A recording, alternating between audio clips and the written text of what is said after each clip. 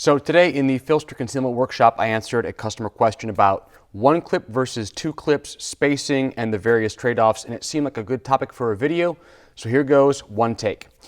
The question of one clip versus two clip is a question of trade-offs. Neither one is necessarily better than the other. One clip offers more flexibility in placement along your belt line because you have fewer chances of your clip conflicting with your belt loop on your pants placement.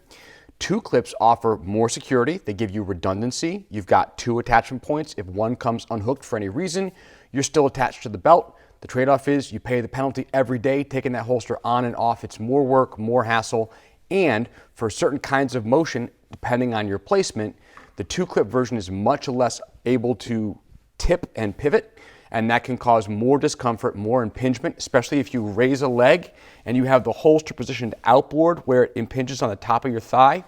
The two-clip version can give you more trouble there. So I have a few examples here to show you because not all single-clip and double-clip placements are the same, and once again, there's trade-offs.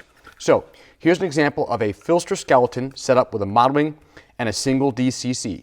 This is your classic placement for a single clip holster. We see this also from the Tolster Oath and a bunch of other similar style holsters. They combine together mod wing and clip placement, and it is basically centered under the trigger guard, which means you're balancing the center of gravity between the slide and the weight of the rounds in the mag and the grip. This is what we often see when it comes to single clip tuckable holsters. Very flexible, and as you put it in your belt, as you move your leg up, the holster can pivot in and out, which can actually be a real enhancement to your comfort because the holster is not as rigid against your body, pressing against you when you move toward it. The trade-off is this also tends to leave you with a holster that tends to shift over time, and you have to do more adjusting, more fiddling, more checking, and more messing around with it because the holster has only a single attachment point.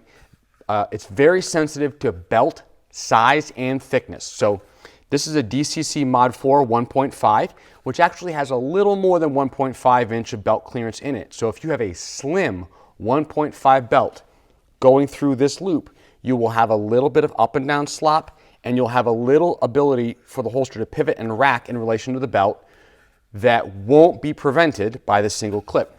Two clips spread further apart automatically have less of that. There's less ability to rack because of the geometry of the belt going through two clips in parallel. You also have more control over cant. If you want a subtle forward or a subtle rearward cant, and you have two clips, you can just offset the heights, one high, one low, vice versa, and you can force the holster to do a little bit of forward or rearward cant, especially if you've got a little bit of margin in your belt loop clearance for your belt thickness. You can play with the clips and have them slightly out of parallel. The other way to do cant is to have clips that have horizontal slots so the clips can actually swivel in relation to the holster shell.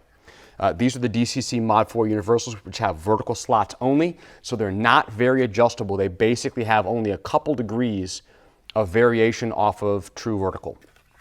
A few other configurations of single clips that we see. These are Henryholsters, a flint compact and a flint.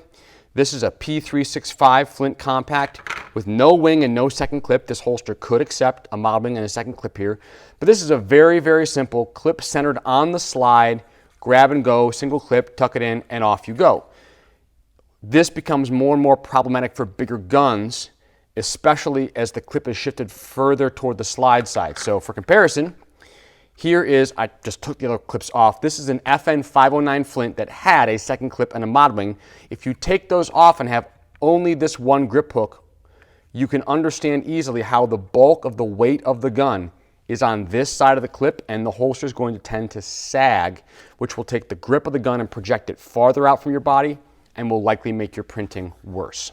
So, trade-offs all the way down. If you need a lot of range of motion and you want your holster to be able to move with you, and your concealment garment is accommodating of the slight printing variations that may come from a single clip and its range of motion, this can be really easy to get on, really easy to get off, comfortable and forgiving to wear throughout the day.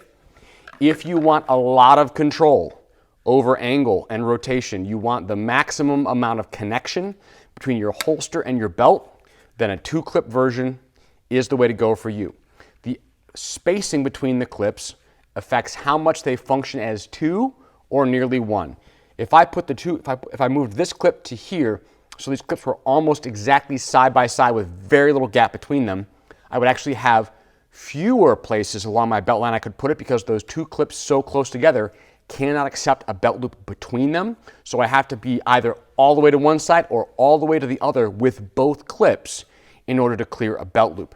The other thing is, the more you put them close together, the more they function and pivot like a single clip. So the further they are apart, the more stable on the belt they are. And the more closely you size your clip size to match your belt size, the more secure everything is. Hope that was helpful. That was in no particular order all the trade-offs I could think of single versus double clips for an inside the waistband holster. Hope it was informative. Have a great night.